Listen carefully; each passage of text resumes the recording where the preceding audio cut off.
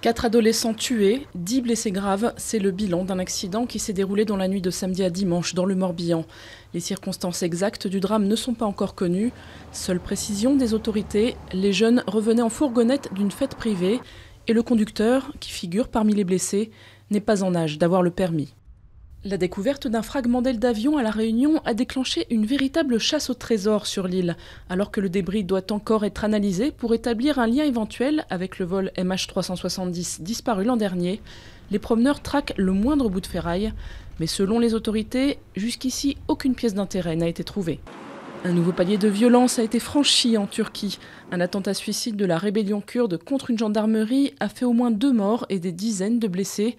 C'est la première attaque de ce type signalée depuis que la trêve entre le PKK et l'armée a volé en éclats il y a une dizaine de jours. De son côté, l'aviation turque mène chaque jour des raids massifs contre les positions de la guérilla dans les montagnes du nord de l'Irak. Ils sont plus de 9000 soldats du feu à lutter actuellement contre la vingtaine d'incendies qui ravagent la Californie. L'État américain frappé par la pire sécheresse de son histoire. Les flammes ont coûté la vie à un pompier et obligé des milliers de personnes à être évacuées. Face aux multiples départs de feu, l'état d'urgence a été déclaré. Ah, le temps d'un long week-end se prendre pour Davy Crockett. Non, ces vacanciers ne sont pas les candidats d'une émission de télé-réalité.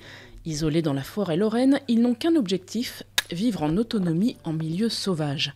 Pas d'électricité, pas d'eau courante et toilettes sèches. Le confort est spartiate, mais l'authenticité n'a pas de prix. Ou plutôt si, elle en a un, 450 €, le tarif pour 3 jours de stage. Ah bon? Nickel.